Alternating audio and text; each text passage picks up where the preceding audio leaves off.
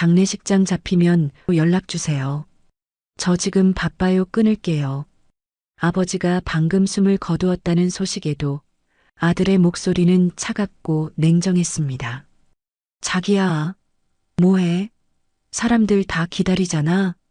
전화기 너머로는 며느리가 골프를 재촉하는 목소리마저 들려왔죠. 하지만 아들과 며느리는 꿈에도 몰랐습니다. 지금 그들이 선택한 골프 해외여행이 강남 한복판의 1200억짜리 빌딩과 맞바꾼 처절한 대가였다는 사실을 말이죠. 지금부터 한 어머니의 아들을 향한 통쾌하고 처절한 심판이 시작됩니다. 오늘도 사연 끝까지 함께 해주세요. 고요한 병실안. 남편 박동철의 심장 박동을 알리는 기계음이 규칙적으로 울리고 있었습니다. 김연희는 앙상하게 마른 남편의 손을 잡고 그 소리에 모든 신경을 집중하고 있었죠. 여보, 나 여기 있어. 손이 왜 이렇게 차가워? 내 손 따뜻하지? 연희가 남편에게 속삭이는 순간이었습니다. 규칙적이던 기계음이 갑자기 불규칙적으로 바뀌기 시작했습니다. 삐삐, 삐삐삐. 연희의 심장이 덜컥 내려앉았습니다. 여보, 왜 그래? 정신 좀 차려봐. 그녀가 다급하게 외치며 침대 옆 호출 버튼을 눌렀습니다. 그 순간 심박계를 알리던 숫자가 급격히 떨어지더니 이내 길고 날카로운 경고음으로 바뀌었습니다. 삐이이이. 연희가 비명을 지를 틈도 없이 병실 문이 거칠게 열렸습니다. 젊은 의사와 간호사가 황급히 뛰어들어왔습니다. 어머님, 잠시만 뒤로 물러나 계세요. 의사가 다급하지만 침착한 목소리로 외쳤습니다. 연희는 넋이 나간 사람처럼 뒷걸음질 쳤습니다. 의사는 재빨리 동철의 눈꺼풀을 뒤집어 동공을 확인하고 간호사는 혈압계를 팔에 감았습니다. 혈압 안 잡힙니다. 간호사의 외침에 의사가 청진기를 동철의 가슴에 가져다 댔습니다. 짧은 침묵이 흘렀습니다. 연희에게는 그 찰나가 영원처럼 느껴졌습니다. 의사는 조용히 청진기를 귀에서 빼고 고개를 저었습니다. 그리고는 동철의 손목을 잡고 맥박을 다시 한번 확인했습니다. 모든 것을 포기한 듯 의사는 천천히 몸을 일으켜 연희를 바라보았습니다. 요란했던 경고음은 어느새 간호사가 꺼둔 상태였죠. 의사가 손목시계를 확인하며 입을 열었습니다. 운명하셨습니다. 시각은 오후 3시 15분입니다. 의사는 차분하게 사망을 선고한 뒤 연희에게 다가와 고개를 숙였습니다. 고생 많으셨습니다, 어머님. 의사와 간호사가 조용히 병실을 나가고 다시 지독한 정적이 찾아왔습니다. 모든 것이 거짓말 같았습니다. 얼마나 그렇게 앉아 있었을까요? 정막을 깨고 연희의 외투 주머니에서 휴대폰 벨소리가 시끄럽게 울리고 있었습니다. 액정 화면에는 하나뿐인 내 아들 준혁이라는 이름이 반짝이고 있었죠. 여보세요? 엄마. 떨리는 손으로 통화를 누르자마자 수화기 너머로 귀찮음이 가득 묻어나는 아들의 목소리가 들려왔습니다. 아버지, 오늘은 좀 괜찮으세요? 계속 전화했는데 안 받으시길래. 걱정하는 말투였지만 그 안에는 일말의 진심도 담겨 있지 않았습니다. 준혁아. 연희가 간신히 아들의 이름을 불렀지만 슬픔에 잠긴 목소리는 갈라져 제대로 나오지 않았습니다. 엄마, 왜 그래요? 무슨 일 있어요? 아버지, 뭐 잘못되셨어요? 준혁의 목소리가 순간적으로 날카로워졌습니다. 아버지를 향한 걱정이 아니라 자신에게 닥칠 귀찮은 상황에 대한 경계심이었죠. 아버지가 방금 돌아가셨다. 연희는 온 힘을 다해 말했습니다. 전화기 너머에서 잠시 아무 소리도 들리지 않았습니다.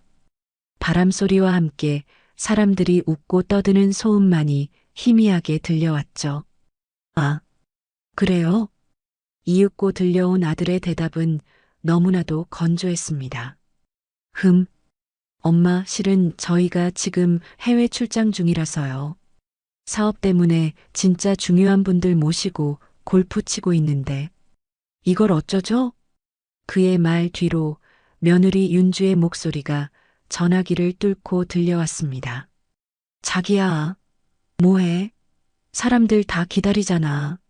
퍼팅 안 해? 엄마, 일단 알겠고요. 저희도 비행기 표 바로 알아볼 테니까.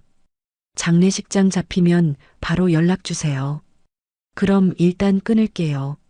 준혁아, 잠깐만. 연희가 다급하게 아들을 불렀지만 수화기에서는 이미 뚜뚜 하는 차가운 기계음만이 흘러나오고 있었습니다.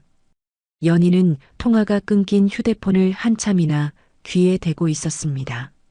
그러다 천천히 휴대폰을 내려놓고는 다시 남편의 차가운 손을 잡았습니다. 그녀의 눈에서 흐르던 눈물은 이미 멈춰 있었죠.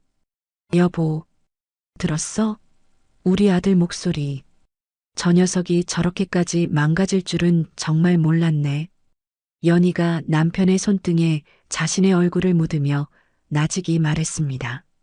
슬픔으로 가득했던 연희의 눈빛이 서서히 차갑고 단단하게 변하기 시작했습니다.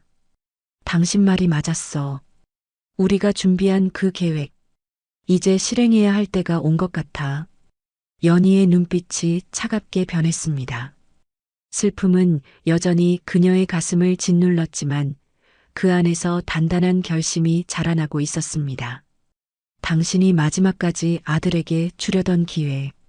준혁이는 그걸 걷어찼어. 이제 어쩔 수 없어.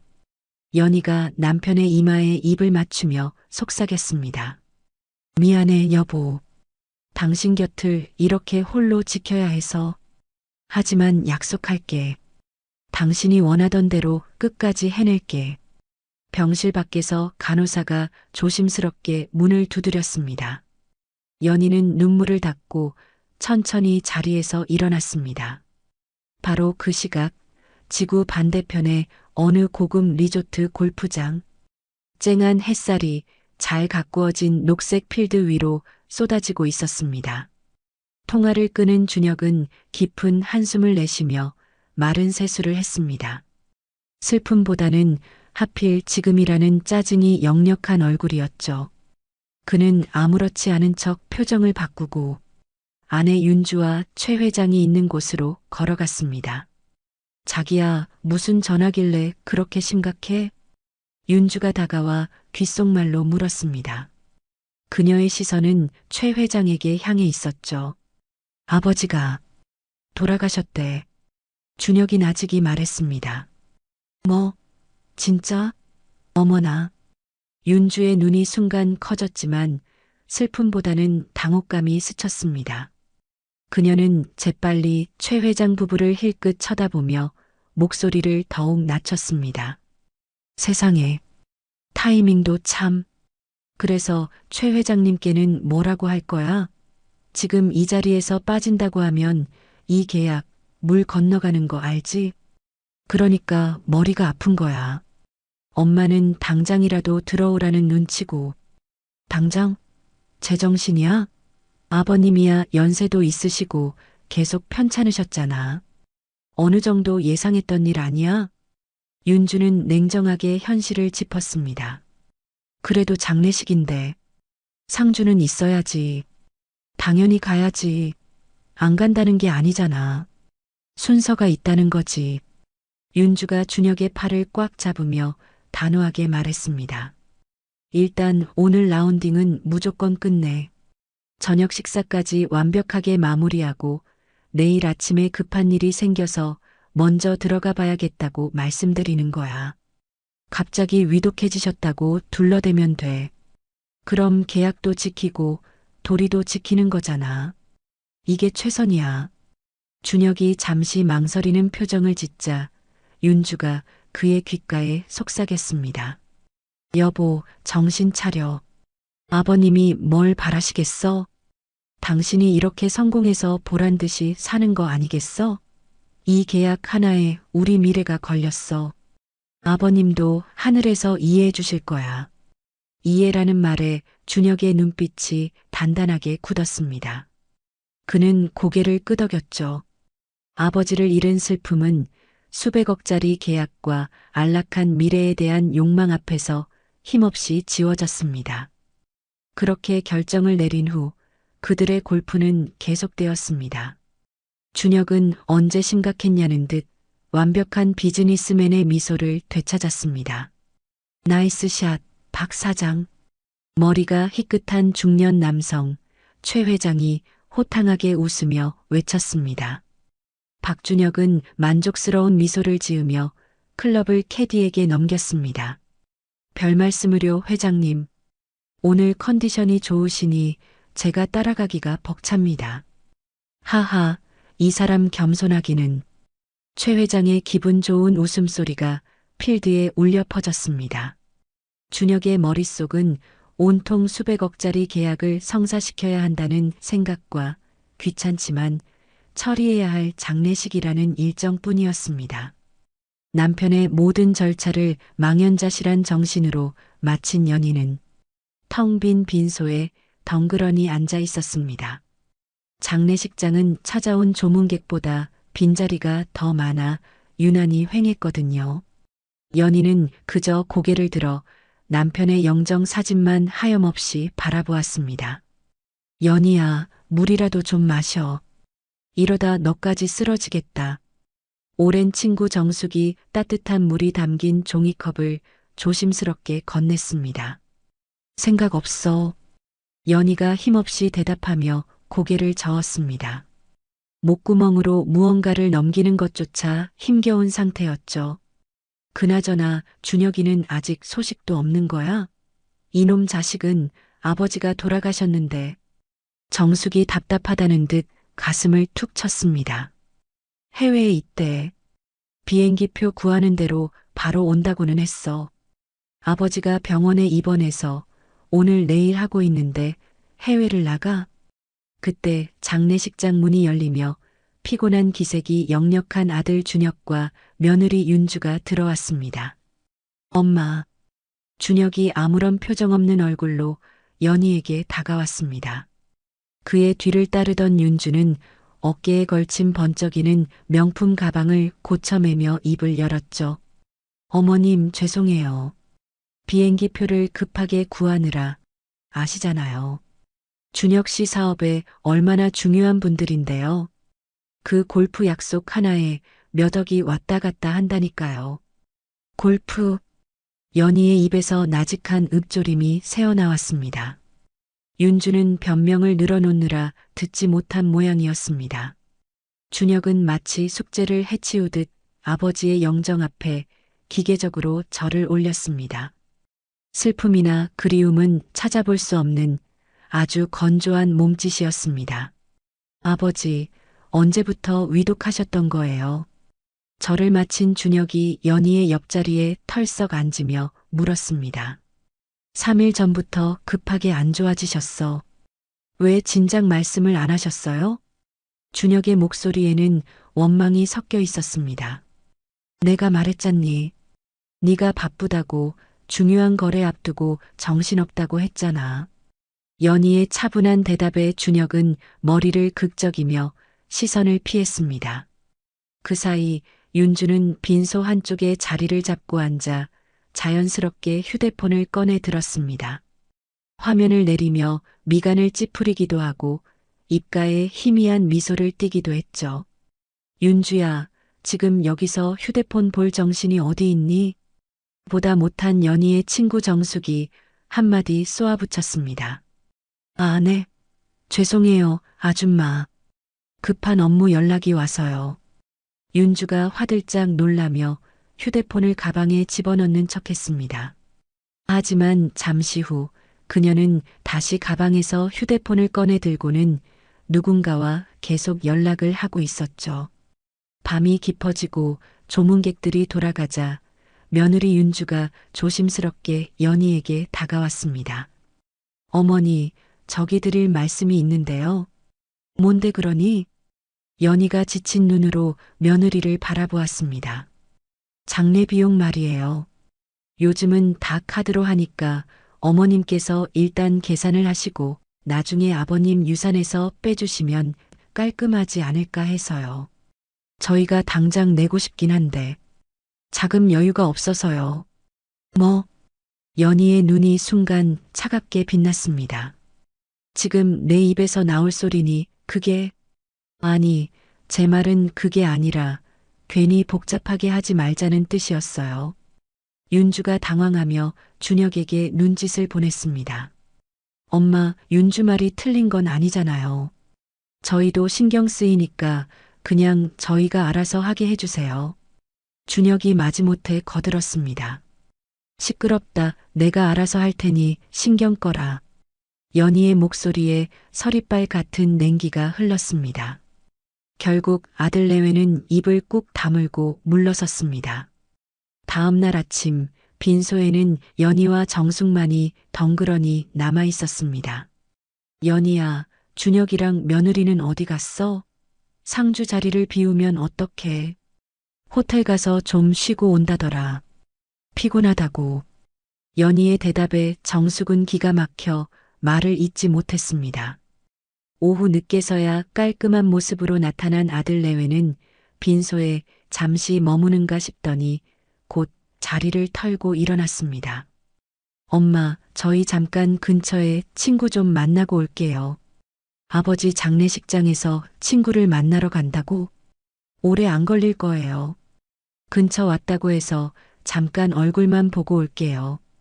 연희는 대답 없이 그들의 뒷모습을 노려보았습니다. 꽉 쥔 주먹이 부들부들 떨리고 있었습니다. 마지막 날인 발인 날 아침, 준혁은 연신 하품을 해댔습니다. 준혁아, 아버지 마지막 가시는 길인데 정신 좀 차려. 친척 어른의 꾸지람에 준혁은 멋쩍게 웃을 뿐이었습니다. 피곤하면 차에서 좀 자.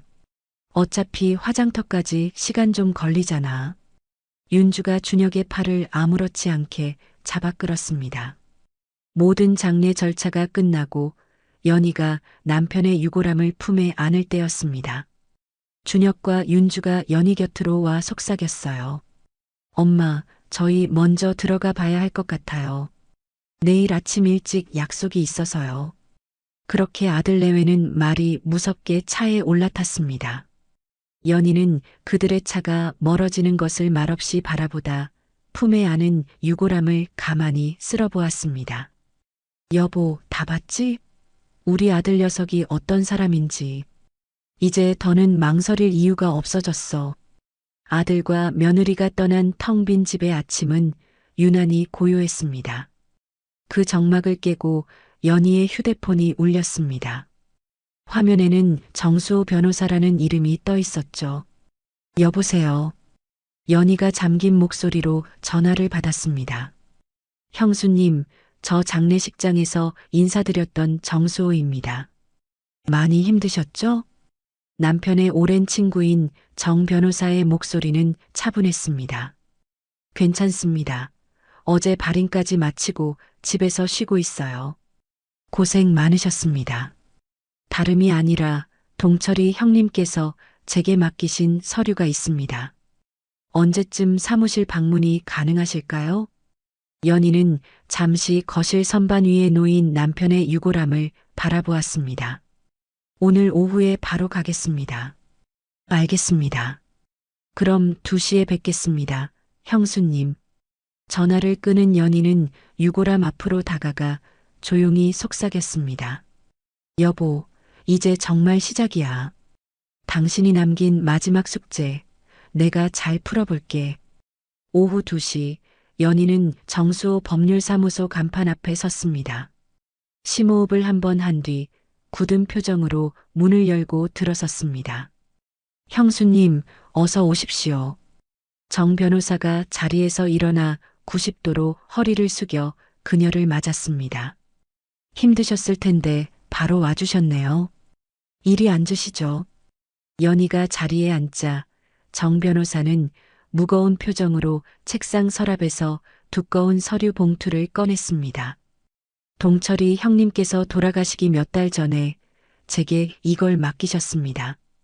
혹시라도 당신이 먼저 가게 되면 꼭 형수님께 직접 전해달라고요. 봉투 겉면에는 남편의 익숙한 필체로 아내 김연희에게라고 쓰여 있었습니다. 유언장이군요. 연희가 떨리는 손으로 봉투를 받아들었습니다. 네, 맞습니다. 그리고 보통 유언장과는 조금 다릅니다.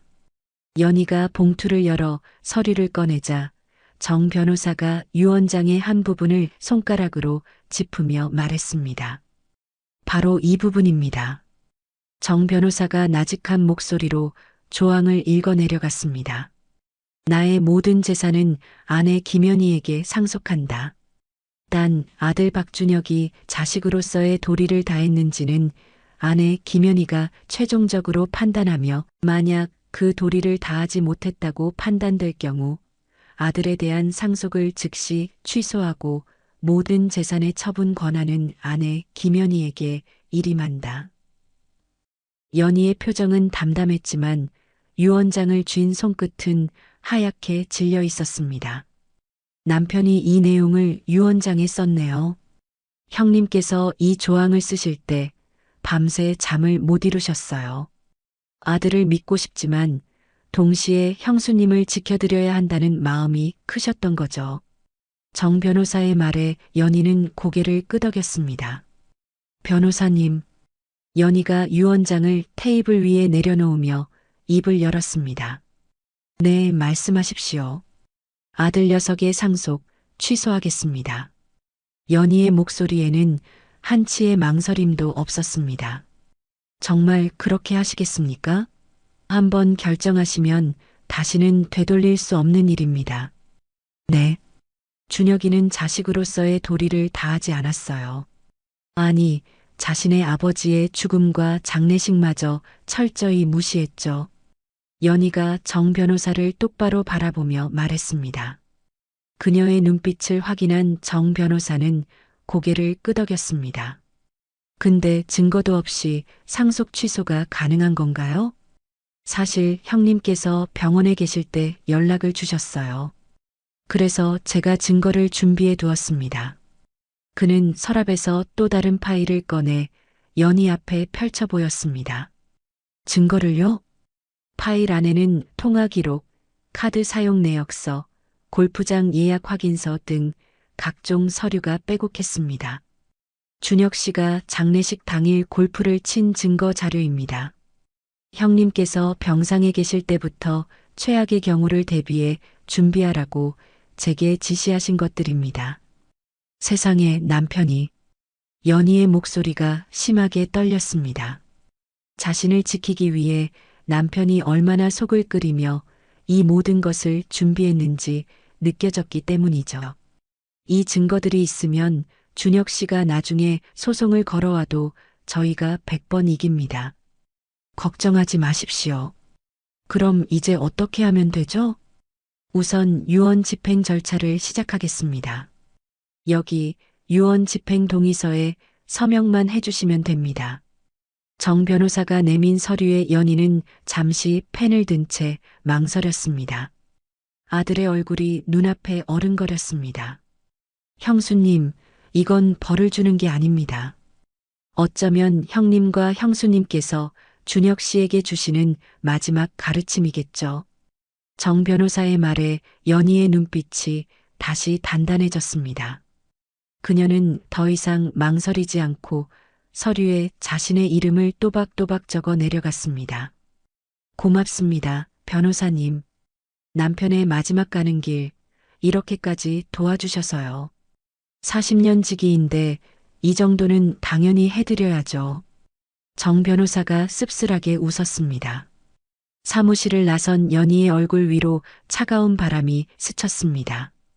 그녀는 구름 한 점 없이 맑은 가을 하늘을 올려다보았습니다.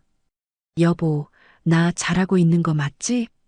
변호사 사무실을 다녀온 뒤로 며칠이 흘렀습니다. 연희는 거실 소파에 앉아 낡은 앨범을 펼쳐보고 있었죠. 남편과 함께 웃던 젊은 날의 사진들을 보니 헛헛한 마음에 실소가 터져 나왔습니다. 그때 요란하게 초인종이 울렸습니다. 누구세요? 연희가 현관문을 열자 잔뜩 멋을 부린 아들 준혁과 며느리 윤주가 서 있었습니다. 엄마, 집에 계셨네요. 어쩐 일이냐, 이 시간에. 연희는 애써 반갑지 않은 표정을 감추며 문을 열어주었습니다. 어머니, 안녕하세요. 집이 좀 많이 낡았네요. 윤주는 거실로 들어서자마자 낡은 가구와 벽지를 훑어보며 대놓고 말했습니다. 그녀의 어깨에는 어김없이 번쩍이는 명품 가방이 걸려 있었죠. 엄마, 아버지 돌아가시고 혼자 계신데 괜찮으세요? 준혁이 소파에 앉으며 물었습니다. 그럭저럭 지낸다. 혼자 계시면 적적하실 텐데 요새는 시설 좋은 요양원도 많대요. 친구분들도 사귀시고. 윤주가 끼어들며 아무렇지도 않게 말했습니다. 연희는 기가 막혔지만 일단 모르는 척 되물었습니다. 요양원? 네. 저희가 좋은 데로 알아봐 드릴까요? 그것도 다 효도라고 하더라고요. 됐다. 나는 내 집이 제일 편해. 연희가 쌀쌀맞게 대답하자 준혁이 눈치를 보며 본론을 꺼냈습니다. 엄마, 저기 아버지가 남기신 재산 말이에요. 재산은 왜? 연희가 앨범을 탁 소리나게 덮으며 아들을 쳐다봤습니다. 제가 아들인데 대충이라도 알아야 정리를 도와드리죠. 엄마 혼자 힘드시잖아요.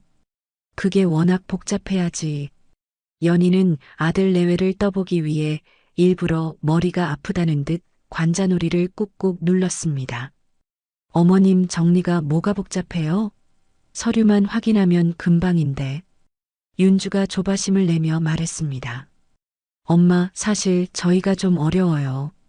사업 자금이 급하게 필요한데 아버지 유산에서 좀 미리 당겨 쓸 수 없을까요? 준혁이 조심스럽게 물어보았고 연희는 그런 아들을 가만히 바라보았습니다. 준혁아. 네, 엄마. 내 아비 장례 치른 지 얼마나 됐다고 찾아와서 한다는 소리가 돈 얘기니? 연희의 목소리가 얼음장처럼 차갑게 변했습니다. 아니, 오해하지 마세요, 어머니. 저희가 그런 뜻이 아니고요. 윤주가 황급히 끼어들어 변명했습니다. 그럼 무슨 뜻인데?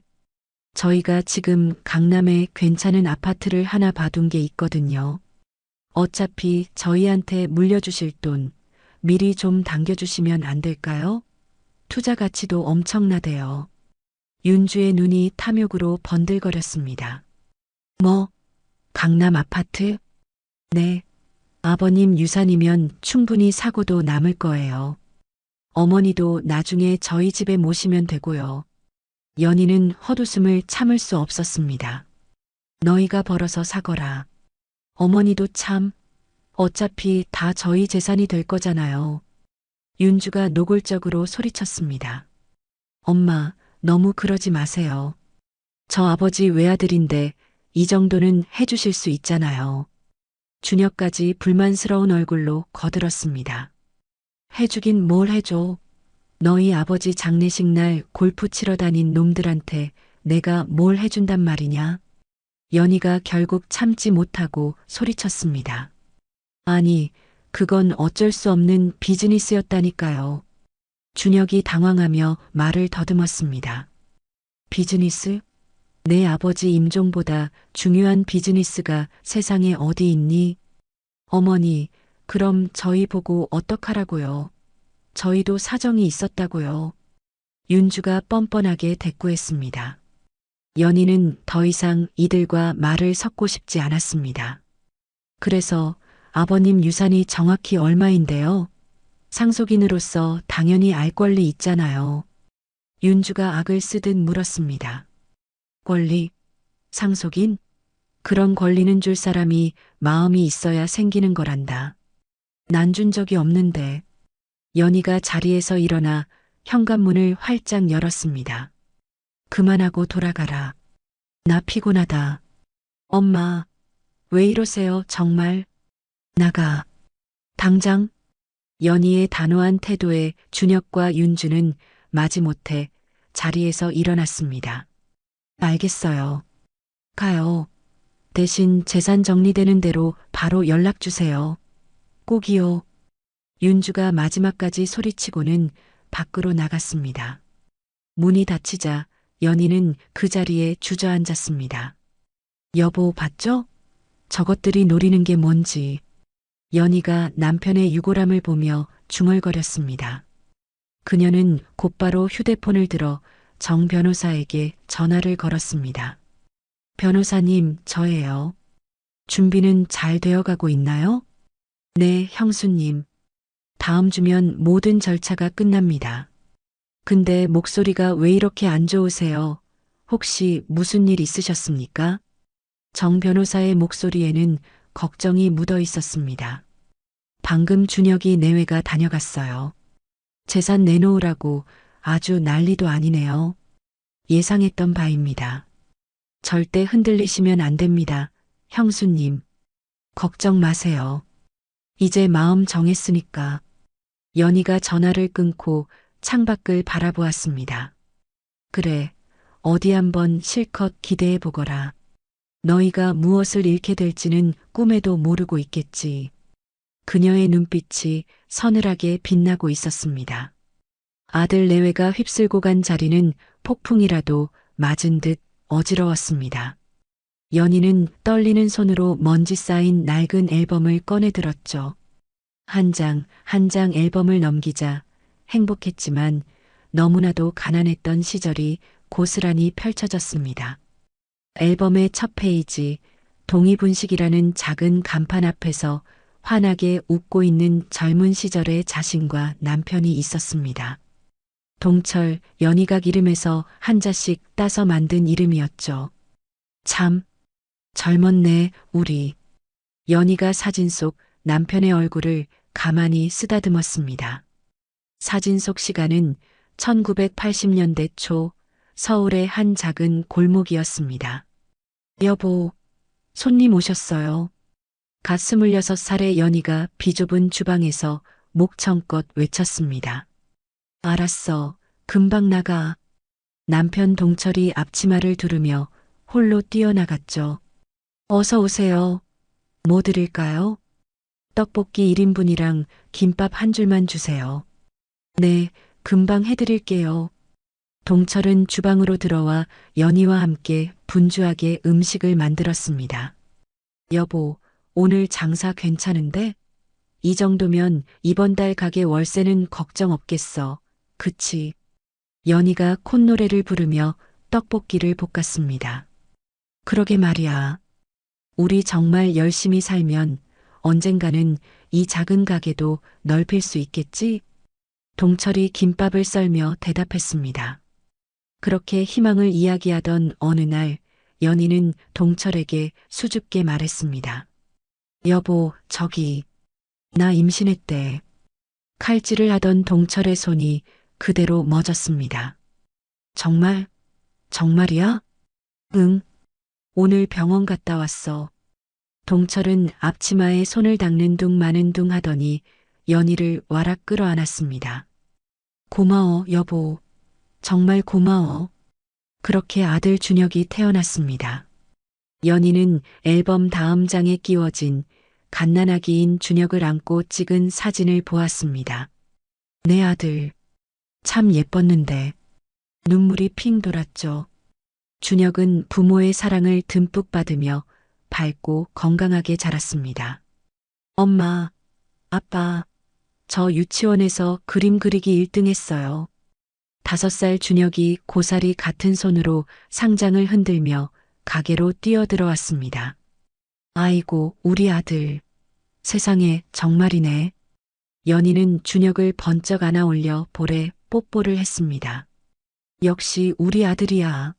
아빠가 오늘 준혁이 좋아하는 돈가스 사줄게. 와, 진짜요? 아빠 최고. 준혁은 부모의 자랑이었고 세상 그 무엇과도 바꿀 수 없는 보물이었습니다. 하지만 아들이 고등학생이 되면서부터 모든 것이 조금씩 어긋나기 시작했습니다. 엄마, 저 영어 학원 좀 보내주세요. 친구들은 다 다닌단 말이에요. 학원비가 비쌀 텐데 알았어. 아빠랑 상의해 볼게. 부부는 아들의 교육을 위해 밤낮 없이 일했습니다. 대학생이 된 준혁의 요구는 점점 더 커져만 갔습니다. 어느 날 준혁이 친구들을 집에 데리고 왔죠. 친구들이 돌아가자마자 준혁은 잔뜩 굳은 얼굴로 연희에게 말했습니다. 엄마, 다음부터는 제 친구들 집에 부르지 마세요. 왜? 무슨 일 있었니? 친구들이 뭐라 해? 연희의 가슴이 철렁 내려앉았습니다. 아니요, 그냥 우리 집 너무 좁고 창피해요. 뭐? 창피해? 친구들은 다 강남에 있는 큰 아파트 사는데 우리는 이게 뭐예요? 연희는 아들의 그 말을 평생 잊을 수가 없었습니다. 그날 이후 준혁은 노골적으로 돈을 요구하기 시작했습니다. 엄마, 이 옷 좀 사주세요. 친구들은 이런 거 다 입고 다녀요. 준혁아, 이게 얼마니 100만 원? 무슨 옷이? 연희가 기가 막혀 말을 잇지 못했습니다. 아, 좀. 엄마는 맨날 돈 없다는 소리만 해요. 알아서 할게요. 됐어요. 아들은 부모의 가난을 원망하고 자신의 허영심을 채우는 데만 급급했습니다. 연희는 조용히 앨범을 덮었습니다. 뜨거운 눈물이 뺨을 타고 주르륵 흘러내렸습니다. 준혁아, 도대체 넌 언제부터 이렇게 변해버린 거니? 사랑스럽던 아들의 모습은 이제 앨범 속에만 있었습니다. 눈물 젖은 손으로 앨범을 넘기자 아들의 얼굴에 낯선 행복감이 서려 있는 사진이 눈에 들어왔습니다. 대학교 4학년 준혁이 처음으로 여자친구를 소개하겠다고 말했던 그날이었죠. 그때까지만 해도 연희는 아들의 사랑을 진심으로 축복할 준비가 되어 있었습니다. 엄마, 아빠, 드릴 말씀이 있어요. 저녁 식사를 마친 준혁이 쭈뼛거리며 입을 열었습니다. 뭔데 그래, 아들. 동철이 신문을 내려놓고 아들을 바라보았습니다. 제가 만나는 사람이 있어요. 다음 주 주말에 집에 데리고 오려고요. 어머나, 여자친구. 연희의 얼굴에 환한 미소가 번졌습니다. 네. 그런데 너무 잘해주려고 애쓰지는 마세요. 그냥 평소처럼요. 준혁의 이상한 당부에 연희와 동철은 고개를 갸웃했지만 대수롭지 않게 넘겼습니다. 일주일 후 준혁은 윤주를 데리고 집에 왔습니다. 안녕하세요. 윤주는 고개만 까딱하며 형식적으로 인사했습니다. 그녀의 머리부터 발끝까지는 누가 봐도 값비싼 명품들로 휘감겨 있었죠. 어서 와요. 준혁이한테 얘기 많이 들었어요. 연희가 반갑게 손을 잡으려 했지만 윤주는 슬쩍 손을 빼며 거실을 훑어보았습니다. 그녀의 눈에는 노골적인 실망감이 가득했습니다. 집이 좀 오래됐네요. 박물관 같아요. 그 말에 동철과 연희의 얼굴이 순간 굳었습니다. 하, 우리가 오래 살아서 정이 들어서 그래요. 동철이 애써 웃으며 말했지만 분위기는 이미 싸늘했습니다. 연희는 정성껏 준비한 떡볶이와 김밥, 튀김을 내왔습니다. 준혁이가 우리 집 떡볶이를 제일 좋아해요. 윤주 씨도 어서 먹어봐요. 아, 전 이런 밀가루 음식 안 먹어요. 살쪄서. 윤주는 젓가락을 들 생각도 않고 테이블 위에 놓인 휴대폰만 만지작거렸습니다. 저기, 윤주 씨 부모님은 어떤 분들이신가요? 어색한 분위기를 깨려 동철이 물었습니다. 아버지는 강남에서 병원하시고요. 어머니는 작은 사업체 운영하세요. 아, 그러시구나. 훌륭하시네. 저희 집은 고생 같은 거랑은 거리가 멀어서요. 윤주의 말에는 날이 서 있었습니다. 연희와 동철은 더 이상 아무 말도 할 수 없었죠.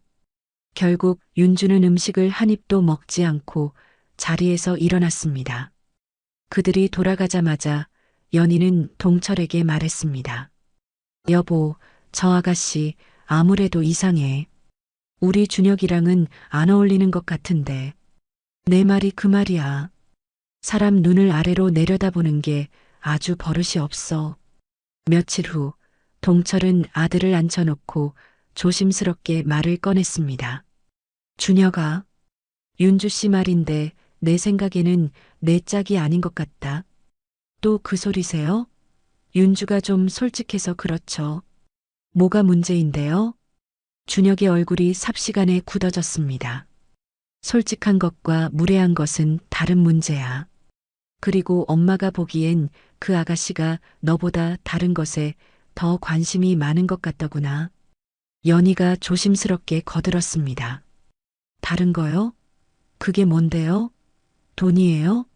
지금 윤주가 우리 집 돈 보고 저 만난다는 거예요? 준혁이 벌떡 일어나 소리쳤습니다. 우리 집에 돈이 어디 있다고 윤주가 돈을 봐요. 아빠, 엄마도 정말 너무하시네요. 그래도 네가 사업을 하고 사업도 잘 되고 있잖아. 네가 걱정돼서 하는 소리잖니. 제 걱정은 마세요. 제 일은 제가 알아서 하니까. 준혁은 그대로 문을 박차고 나가버렸습니다. 그리고 몇 달 뒤 아들은 폭탄 같은 선언을 했습니다. 엄마, 아빠, 저 윤주랑 결혼하기로 했습니다. 뭐, 결혼? 연희의 눈앞이 캄캄해졌습니다. 준혁아, 다시 생각해봐라. 그 아가씨는 절대 안 된다. 동철이 단호하게 말했습니다. 아버지는 윤주를 뭘로 보시는 거예요? 내 눈엔 그 애가 내 재산만 노리는 애로 보여. 동철의 직설적인 말에 준혁은 코웃음을 쳤습니다. 재산이요? 아버지, 제정신이세요? 이 낡은 집이랑 분식집이요? 윤준에는 강남에 빌딩이 있어요. 그깟 돈 몇 푼 때문에 윤주가 저랑 결혼하겠어요? 아들의 입에서 나온 비수 같은 말에 연희와 동철은 심장이 멎는 것 같았습니다. 평생을 바쳐 이룬 삶이 아들에게는 그깟 돈 몇 푼에 불과했던 거죠. 내 마음대로 해라. 동철은 모든 것을 포기한 듯 자리에서 일어나 방으로 들어가 버렸습니다. 준혁은 부모에게 상처를 주고도 미안한 기색 하나 없이 집을 나갔죠. 그날 밤 동철은 연희의 손을 잡고 말했습니다. 여보, 우리가 저 결혼을 막을 순 없을 것 같아. 그럼 우리 아들 그냥 저렇게 내버려둬요? 연희의 눈에서 눈물이 흘렀습니다. 아니, 대비를 해야지. 우리 아들을 지키고 동시에 평생 우리가 이룬 걸 지킬 대비. 남편의 눈빛은 그 어느 때보다 깊고 단단했습니다. 연희는 그때 남편이 무슨 생각을 하는지 다 알 수는 없었지만 이것이 모든 일의 시작이었음을 어렴풋이 직감할 뿐이었습니다. 아들의 결혼을 막지 못한 채 몇 년의 시간이 흘렀습니다.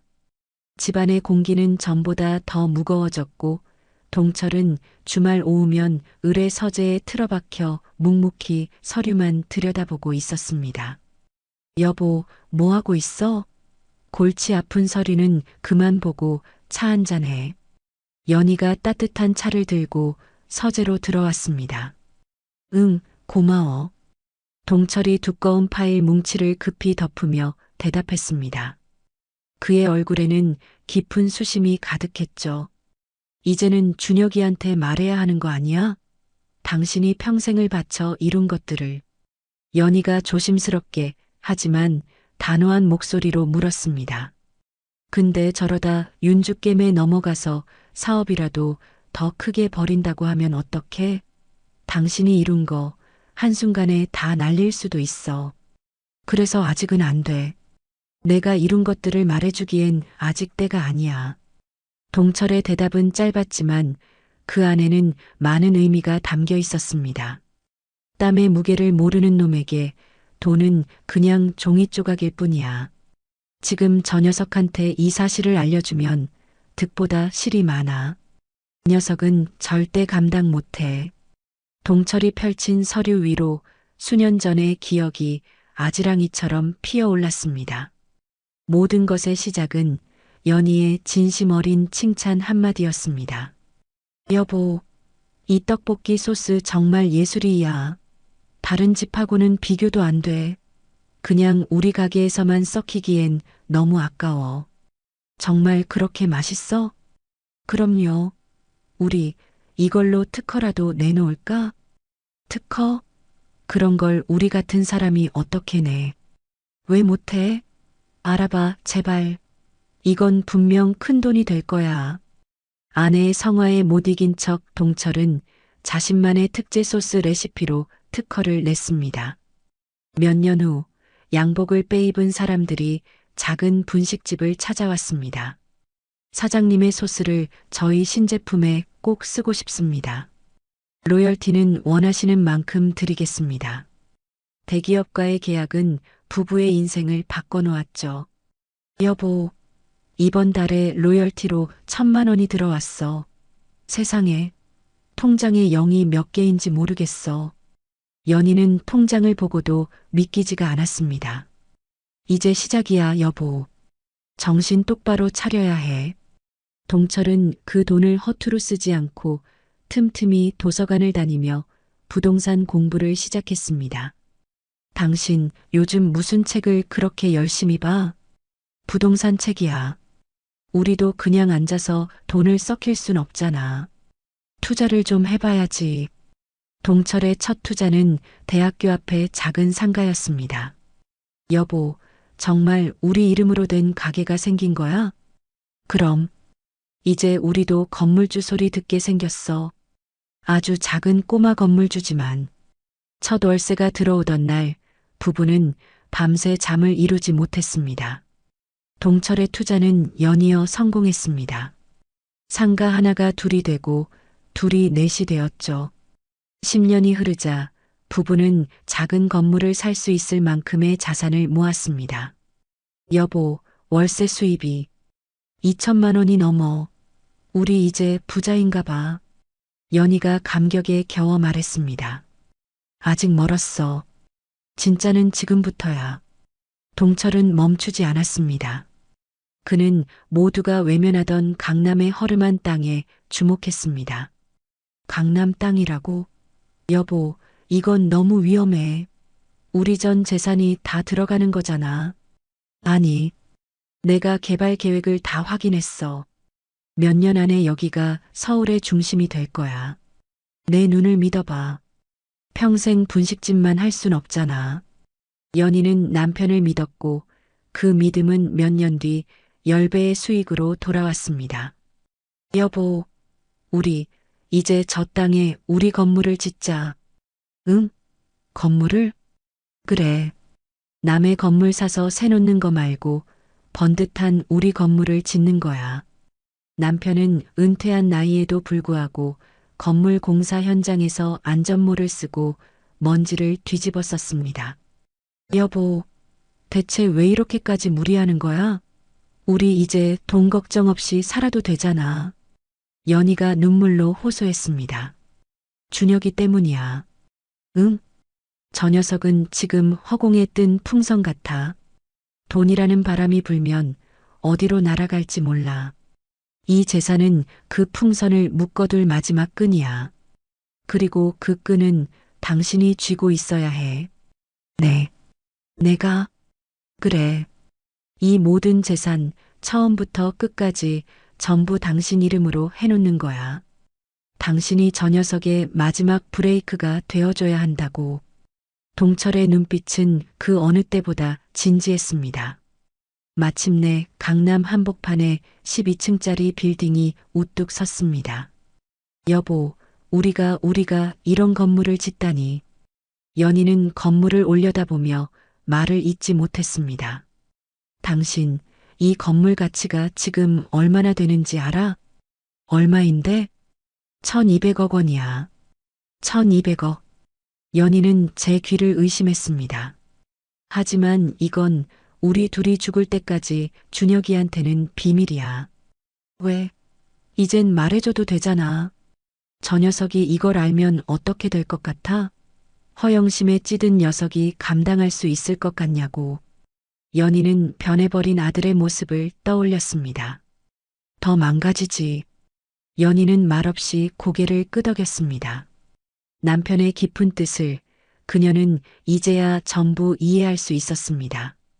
이것은 단순한 재산이 아니었습니다. 아들을 위해 그리고 자신을 위해 남편이 평생에 걸쳐 준비한 마지막 계획이었던 거죠. 그렇게 아슬아슬한 비밀을 지키며 살아가던 부부에게 피할 수 없는 운명이 찾아온 것은 작년 가을이었습니다. 잦은 기침으로 병원을 찾은 남편 동철은 폐암 말기라는 사형 선고나 다름없는 진단을 받았습니다. 의사의 차분한 설명이 연희의 귓가에는 멀고 아득하게만 들렸죠. 어머님, 마음의 준비를 하셔야 할 것 같습니다. 선생님, 그게 무슨 말씀이세요? 우리 남편이. 연희가 떨리는 목소리로 겨우 물었습니다. 죄송합니다. 이미 손을 쓰기에는 너무 늦었습니다. 길어야 6개월 정도로 보입니다. 연희는 그 자리에 주저앉을 뻔한 것을 간신히 참았습니다. 병실로 돌아온 연희는 아무 말 없이 남편의 손만 잡고 눈물을 뚝뚝 흘렸습니다. 여보, 다 들었어. 오히려 담담한 것은 동철이었습니다. 어떻게 이럴 수가 있어. 당신 없이 나 혼자 어떻게 살라고. 울지 마, 여보. 아직 우리에겐 해야 할 일이 남았어. 동철이 연희의 손을 힘주어 잡았습니다. 지금 그게 중요해요? 당신 건강이 먼저야. 아니, 지금이 제일 중요해. 우리 아들, 저 녀석을 위한 마지막 일을 해야지. 동철의 눈빛은 병든 사람답지 않게 형형하게 빛나고 있었습니다. 준혁이한테 마지막 기회를 주는 거야. 내가가 죽어가는 순간에 녀석이 과연 어떤 아들인지 시험해봐야지. 다음 날 동철은 정수호 변호사를 병실로 불렀습니다. 형님, 이게 어찌된 일이십니까? 정 변호사는 야윈 동철의 모습에 말을 잇지 못했습니다. 수호야, 네가 해줘야 할 일이 있어. 유언장을 쓰려고 한다. 동철은 정 변호사에게 30년간 숨겨왔던 모든 비밀을 털어놓았습니다. 해성 빌딩의 진짜 주인이 자신이라는 사실을요. 뭐라고요? 형님이 그 해성 빌딩 주인이셨다고요? 정 변호사는 자신의 귀를 의심했습니다. 그래. 이제부터 내가 하는 말 잘 들어. 이건 내 아들을 위한 마지막 계획이야. 동철은 자신의 죽음을 아들을 시험할 마지막 기회로 삼겠다고 했습니다. 자신이 위독한 상황에서 준혁이 자식된 도리를 다하는지를 똑똑히 지켜본 후 상속 여부를 결정하겠다는 것이었죠. 형님, 그 말씀은 그건 너무. 정 변호사가 차마 말을 잇지 못하고 동철을 바라보았습니다. 수호야, 썩은 뿌리를 가진 나무에 거름을 잔뜩 주면 어떻게 되는지 아나? 나무는 더 빨리 썩어 넘어가. 지금 준혁이한테 필요한 건 거름이 아니야. 썩은 뿌리를 도려내는 아픔이지. 동철의 목소리는 확고했습니다. 유언장에 이렇게 써줘. 아들 박준혁의 상속에 관한 모든 권한은 내 아내 김연희에게 일임한다고. 여보, 이렇게까지 해야 돼? 옆에서 듣고 있던 연희가 눈물을 흘리며 말했습니다. 해야 해. 우리 아들을 위해서, 그리고 당신을 위해서. 동철이 연희의 손을 잡았습니다. 당신 약해지면 안 돼. 내가 없어도 이 집안의 기둥으로 굳건히 서 있어야 해. 약속해줘. 저 녀석이 길을 잘못 들면 당신 손으로 회초리를 들겠다고. 여보, 약속해.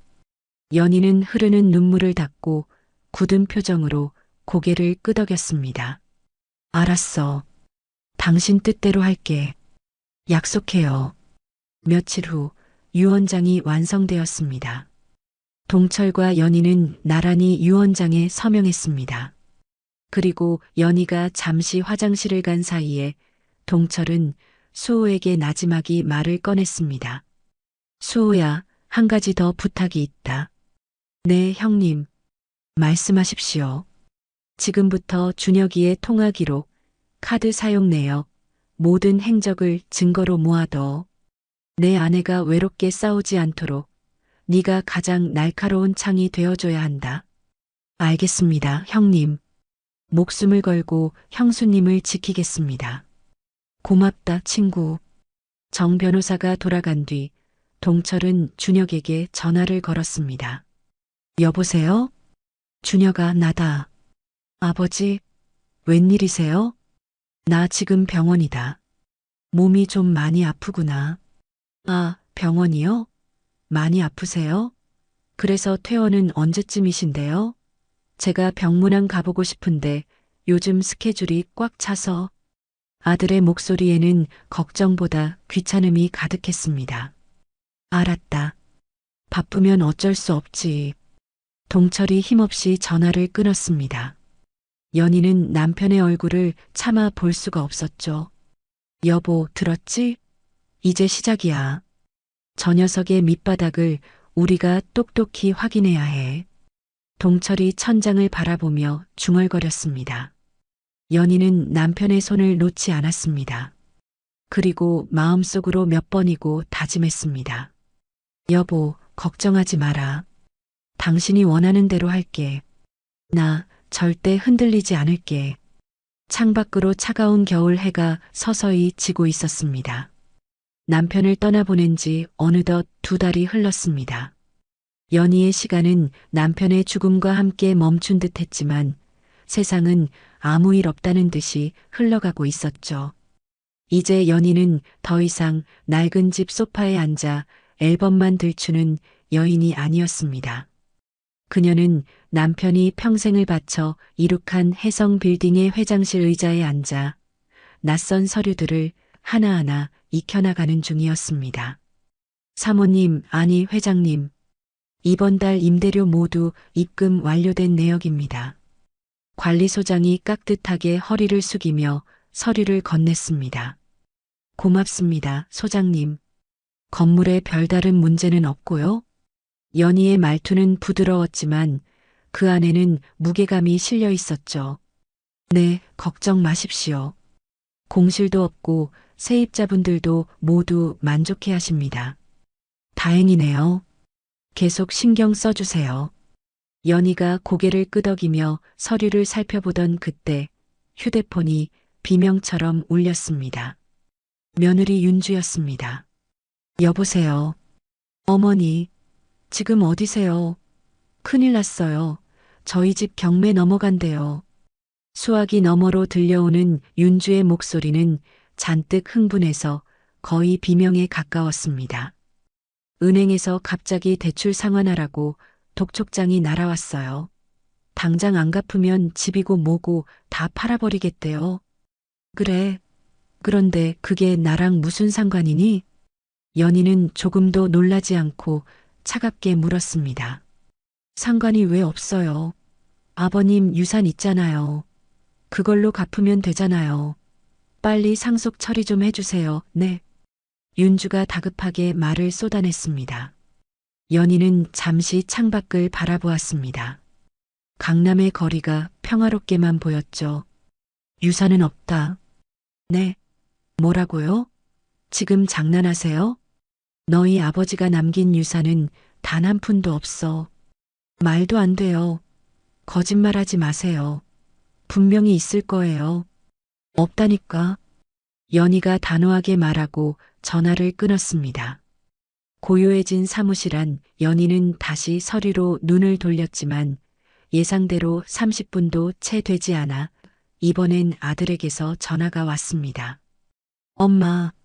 준혁의 목소리는 다급함을 넘어 격양되어 있었습니다. 윤주한테 다 들었어요. 유산이 없다니 그게 대체 무슨 소리예요? 내 귀로 들은 그대로다. 아버지가 남긴 재산은 없다. 거짓말.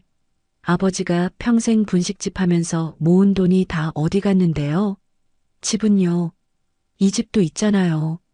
그 집은 처음부터 내 명의였다. 그러니 상속 재산이 아니야.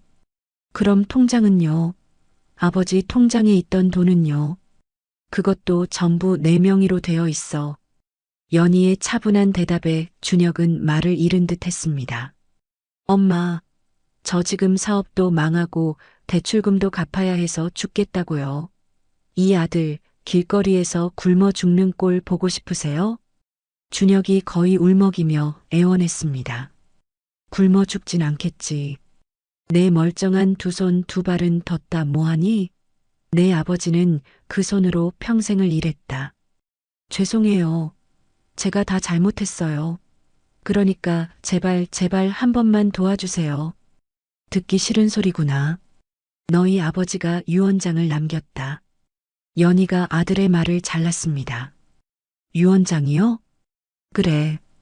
아들이 자식으로서의 도리를 다하지 못했다고 판단될 시 상속을 취소할 모든 권한을 나에게 준다고 똑똑히 적혀 있어. 수화기 너머로 준혁이 숨을 멈추는 소리가 들렸습니다. 그래서 나는 내 아비의 뜻에 따라 내 상속을 취소했다. 이미 법적으로 모든 절차는 끝났어. 엄마, 그럴 순 없어요. 이건 무효야. 제가 인정 못해요. 인정하고 말고는 네가 정하는 게 아니다. 법대로 해봐라. 하지만 소용없을 게다. 연희는 그대로 전화를 끊어버렸습니다. 다음 날 연희의 집 현관문이 부서져라 울렸습니다. 엄마, 문 좀 열어보세요. 엄마. 문을 열자 초췌한 모습의 준혁과 윤주가 서 있었습니다. 다시 생각해 주세요, 엄마. 네, 제발이요. 준혁이 애원하며 무릎을 꿇었습니다. 어머니, 저희 정말 이대로는 길바닥에 나앉아요. 제발 살려주세요. 윤주도 옆에서 눈물을 흘리며 애원했죠. 너희가 자초한 일이다. 궁지에 몰린 윤주가 악을 쓰기 시작했습니다. 알았어요. 저희가 잘못했다고요. 하지만 이대로는 못 물러나요. 어머니, 이렇게 나오시면 저희도 가만 안 있어요. 법이든 뭐든 할 수 있는 건 다 할 거예요. 윤주가 선전포고를 하듯 소리쳤습니다. 그래, 어디 한번 해보거라. 법이 과연 누구 편을 들어주는지. 연희의 입가에 차가운 미소가 걸렸습니다. 두고 보세요. 반드시 후회하게 해드릴 테니까. 윤주는 준혁을 일으켜 세우고는 뒤도 돌아보지 않고 가버렸습니다. 쿵! 문이 닫히자 연희는 그 자리에 주저앉았습니다. 아들 내외가 법적으로 대응하겠다며 소란을 피운 지 일주일이 지났습니다. 연희는 정 변호사의 사무실에 앉아 예상했던 다음 단계를 차분히 기다리고 있었죠. 회장님, 예상대로 어제 내용 증명이 도착했습니다. 정 변호사가 책상 위에 서류를 가리키며 무거운 표정으로 입을 열었습니다. 준혁 씨가 정식으로 유류분 반환 청구 소송을 제기했더군요. 올 것이 왔네요. 연희가 씁쓸하게 웃으며 차를 한 모금 마셨습니다. 어떻게 대응할까요? 저희가 질 싸움은 아니지 않습니까?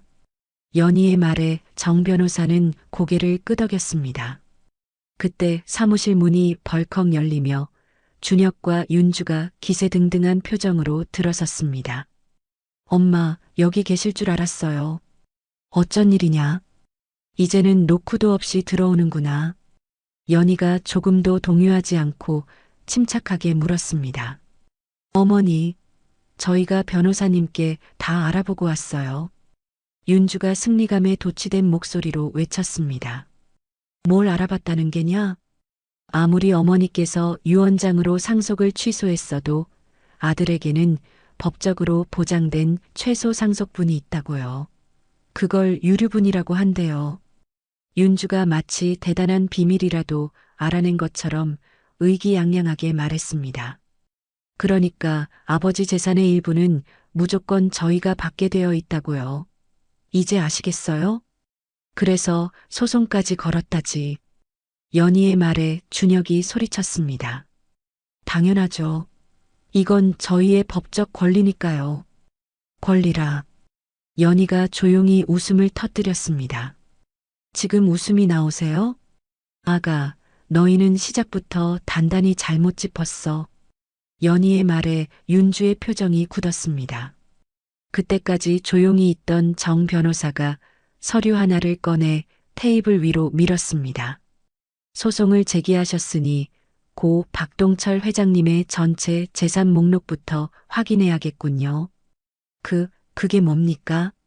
준혁이 신경질적으로 서류를 집어들었습니다. 해성 빌딩 등기부등본입니다. 해성 빌딩이요?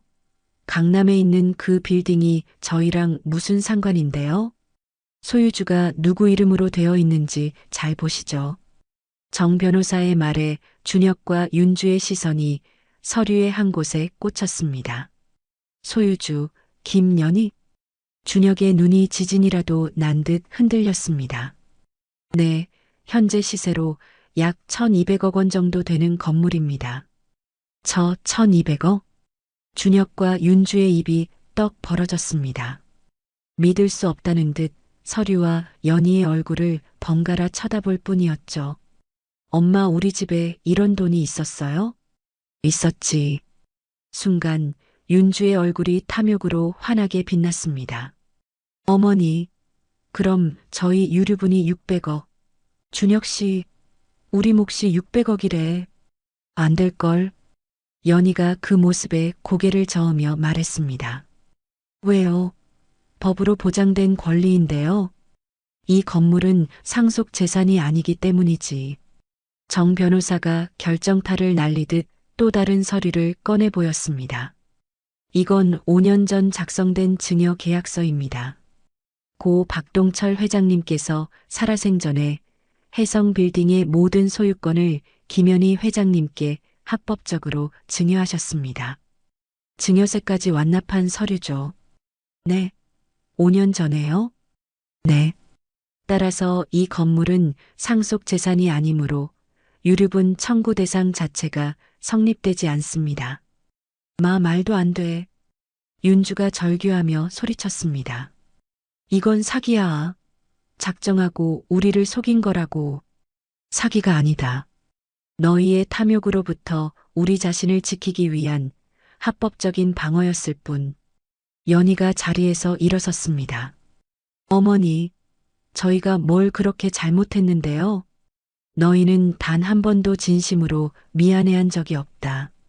오직 돈. 내 아비가 죽어갈 때도 죽은 후에도 너희 머릿속엔 돈밖에 없었어. 연희의 서늘한 목소리가 사무실을 울렸습니다. 너희는 사람보다 돈이 먼저였고 도리보다 욕심이 먼저였지. 그런 너희에게 내 남편이 피땀으로 이룬 재산을 단 한 푼도 줄 수 없다.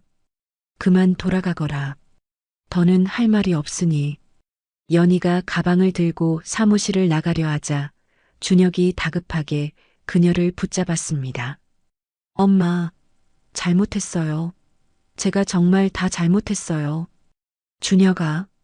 연희가 아들을 돌아보았습니다. 네가 진정으로 뉘우치고 내 힘으로 땀 흘려 돈을 버는 사람이 된다면 그때 다시 이야기하자. 하지만 지금은 아니다. 연희는 아들의 손을 뿌리치고 사무실을 나갔습니다. 준혁과 윤주는 그 자리에 망연자실한 채 서 있었습니다. 두 분, 저도 할 말은 다 했습니다. 이만 나가주시죠. 정 변호사가 차갑게 문을 가리켰습니다. 힘없이 복도로 나온 윤주가 도끼 서린 눈으로 준혁에게 말했습니다. 이대로 끝낼 순 없어. 분명 다른 방법이 있을 거야. 이미 모든 것을 잃었음에도 그들은 여전히 탐욕의 끈을 놓지 못하고 있었습니다. 결국 아들 내외는 탐욕의 끈을 놓지 못했고 2달 뒤 연희는 법정에 서게 되었습니다. 재판정의 공기는 얼음장처럼 차가웠죠. 준혁과 윤주는 새로 선임한 제법 이름 있는 변호사와 함께 원고석에 앉아 있었습니다. 그들의 얼굴에는 승리를 확신하는 미소마저 감돌았습니다. 존경하는 재판장님, 사건의 쟁점은 명확합니다. 준혁 측 변호사가 자신감 넘치는 목소리로 변론을 시작했습니다. 피고 측은 해성빌딩이 5년 전 증여된 재산이라 주장하지만 이는 명백히 유류분 제도를 잠탈하기 위한 악의적인 재산 은닉 행위입니다. 따라서 해당 증여는 무효이며 마땅히 상속 재산에 포함되어야 합니다. 그의 주장은 제법 논리정연했습니다. 설령 100번 양보하여 증여가 합법이라 인정한다 하더라도 고인 명의의 주택과 예금 등 명백한 상속 재산이 남아 있습니다. 원고는 고인의 유일한 아들로서 이 재산에 대한 유류분을 보장받을 법적 권리가 있습니다. 그때 정 변호사가 조용히 자리에서 일어났습니다. 존경하는 재판장님, 원고 측 변호인의 주장은 일부는 맞고 일부는 틀렸습니다. 어떤 점이 그렇습니까? 원고 측의 주장대로 고인 명의의 주택과 예금은 상속 재산이 맞습니다. 저희도 인정하는 바입니다. 그 말에 준혁과 윤주의 얼굴에 화색이 돌았습니다. 역시 법은 우리 편이야. 하지만 원고 측이 아주 중요한 사실을 간과하고 있습니다. 정 변호사가 서류 가방에서 두꺼운 파일을 꺼내 들었습니다. 고인께서는 재산만 남기신 게 아닙니다. 무슨 말씀이십니까? 판사가 의아한 표정으로 물었습니다.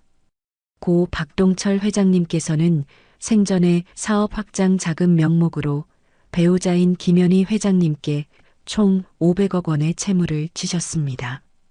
이것은 공증까지 모두 마친 합법적인 채무증서입니다. 정 변호사가 판사에게 서류를 제출했습니다. 법정 안의 모든 사람들이 숨을 죽였습니다. 따라서 고인의 상속 재산을 정산하면 상속 자산 약 50억 원, 상속 채무 500억 원, 총 마이너스 450억 원의 빚만이 남게 됩니다. 뭐라고요?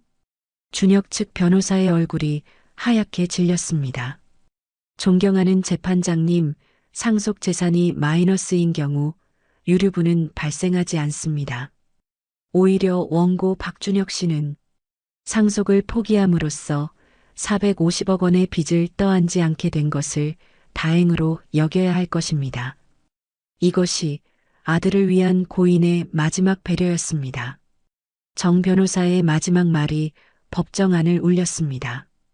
준혁과 윤주는 자신들이 무엇을 들었는지 이해하지 못하는 표정이었죠.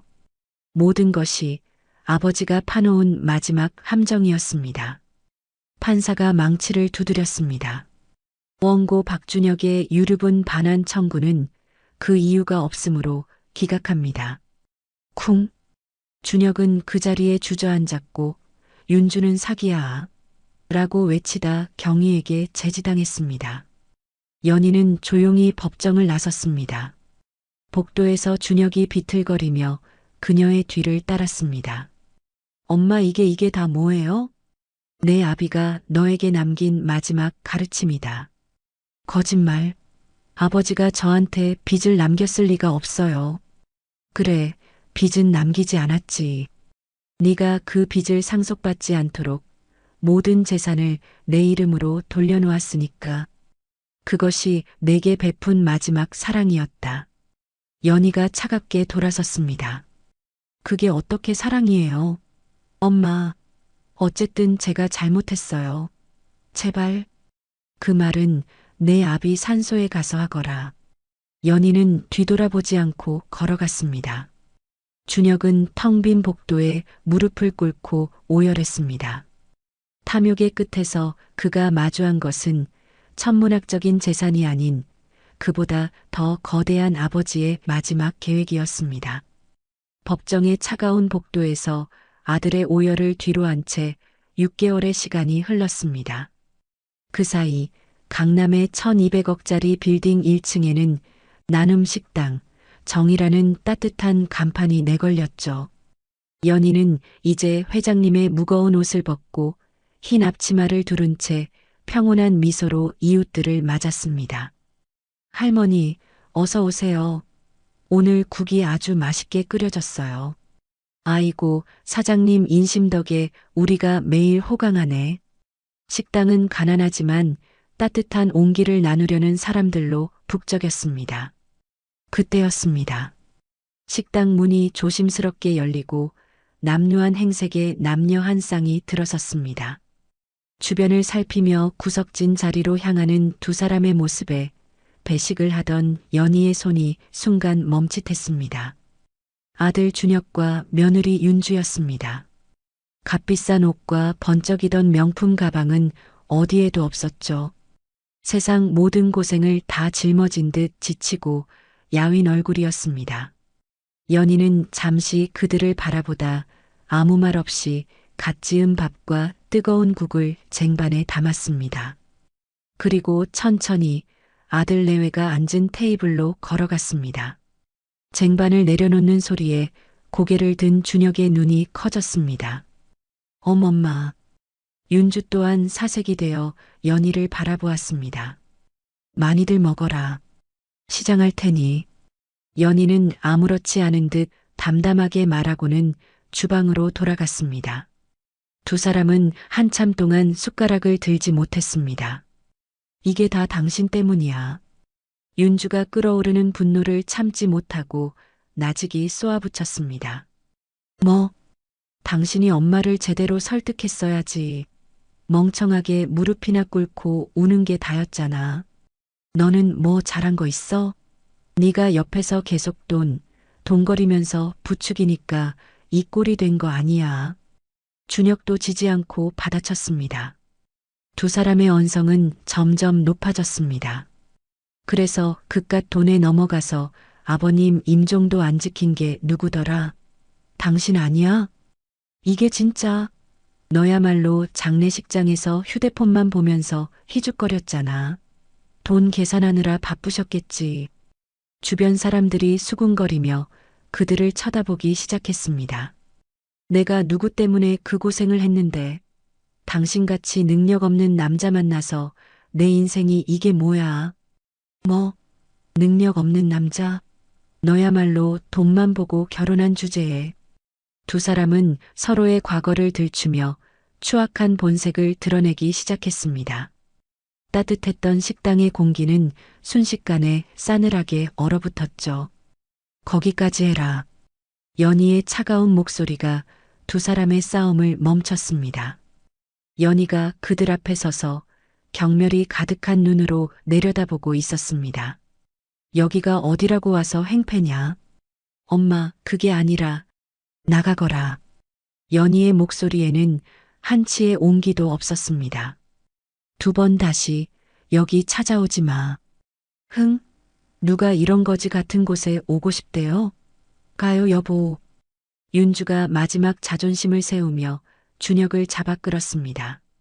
두 사람은 식당을 나가면서까지 서로를 향해 삿대질을 멈추지 않았습니다. 연희는 그들의 뒷모습이 완전히 사라질 때까지 묵묵히 지켜보았습니다. 그녀의 눈에는 슬픔 대신 모든 것을 체념한 듯한 평온함이 자리하고 있었죠. 여보, 봤어요? 저 녀석들은 변하지 않았어요. 아니, 변할 수가 없는 것들이에요. 연희는 남편의 영정 사진을 마음속으로 떠올렸습니다. 당신의 판단이 끝까지 옳았어요. 연희는 다시 주방으로 돌아가 놀란 사람들을 향해 부드럽게 웃으며 말했습니다. 자자, 놀라지들 마시고 식사마저 하세요. 국 더 필요하신 분 없으세요? 연희의 마지막 복수는 아들 내외에게 기회를 주는 것이 아니었습니다.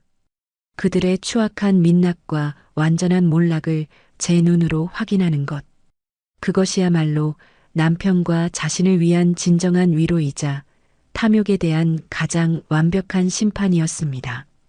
아들 내외가 식당에서 마지막 추태를 부리고 떠난 뒤 1년이라는 시간이 흘렀습니다. 더 이상 그들에게서 연락이 오는 일은 없었죠.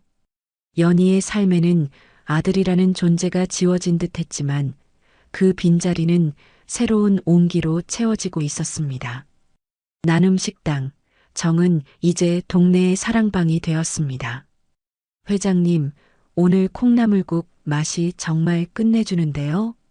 비결이 뭐예요? 오랜 친구이자 이제는 식당의 든든한 동료가 된 정숙이 물었습니다. 비결은 무슨? 정성껏 끓이면 다 맛있어지는 거지. 연희는 웃으며 큰 솥을 저었습니다. 그녀의 얼굴에는 지난 세월의 아픔 대신 평온함과 자부심이 서려 있었습니다. 그나저나 그 일 있고 나서 준혁이 소식은 들었어? 정숙이 조심스럽게 물었습니다. 연희는 잠시 창밖을 바라보았습니다. 아니, 이젠 내 아들이 아니라고 생각하며 살아. 마음은 아프지만 그게 서로를 위한 길이야. 연희의 목소리는 담담했습니다. 그녀는 더 이상 아들의 망령에 얽매여 살지 않았습니다. 점심시간이 되자 식당은 어김없이 활기로 가득 찼습니다. 연희는 배식대 앞에서 사람들에게 따뜻한 밥을 퍼주었습니다. 많이 드시고 힘내세요. 사장님 덕분에 저희가 매일 밥 굶지 않고 살아요. 정말 감사합니다. 어린아이의 손을 잡은 젊은 엄마가 연희의 손을 꼭 잡으며 말했습니다. 그 진심 어린 인사에 연희는 가슴이 뭉클해지는 것을 느꼈습니다. 여보, 보고 있어요? 당신이 남긴 유산이 이렇게 쓰이고 있어요. 연희는 마음속으로 남편에게 말했습니다. 피 한 방울 섞이지 않은 이웃들에게 따뜻한 밥 한 끼로 말이에요. 준혁이는 끝내 받지 못했지만 당신의 따뜻한 마음은 이렇게 세상에 남았네요. 그날 저녁 연희는 홀로 해성빌딩 옥상에 올랐습니다. 남편의 사진이 놓인 작은 제단 앞에 국화 한 송이를 바쳤습니다. 여보, 오늘 하루도 잘 보냈어요. 당신이 있었으면 참 좋아했을 텐데. 연희는 서울의 야경을 내려다보았습니다. 수많은 불빛들이 별처럼 반짝이고 있었습니다. 이제야 알겠어요. 당신이 왜 그토록 이 일을 원했는지, 왜 저에게 모든 것을 맡기고 떠났는지요. 아들을 잃은 슬픔은 여전했지만 그 슬픔을 이겨낼 더 큰 사랑을 연희는 매일 배우고 있었습니다. 당신이 남긴 진짜 유산은 돈이 아니었어요. 이렇게 함께 나누고 서로를 보듬으며 살아가는 따뜻한 마음이었어요. 시원한 밤바람이 그녀의 뺨을 스쳤습니다. 마치 남편이 곁에서 그녀의 눈물을 닦아주는 것만 같았죠. 고마워요, 여보. 당신 덕분에 제가 살아가야 할 이유를 찾았어요. 이 온기를 지키면서 당신 목까지 더 열심히 살아갈게요. 연희는 더 이상 울지 않았습니다. 그녀의 얼굴에 잔잔한 미소가 피어올랐습니다. 남편이 남긴 진정한 유산은 아들을 향한 차가운 복수가 아닌 세상을 향한 뜨거운 사랑으로 피어나고 있었습니다. 오늘 이야기 어떠셨나요? 혹시 끝까지 함께 해주신 분이 계시다면 잘 들었다고 댓글 하나만 남겨주세요. 여러분에게도 따뜻하고 빛나는 날들이 찾아올 거예요. 구독과 좋아요는 다음 이야기를 이어가는 큰 힘이 됩니다. 지금까지 오늘도 사연이었습니다. 더 깊고 따뜻한 이야기로 다시 찾아뵐게요. 편안한 하루 보내세요. 감사합니다.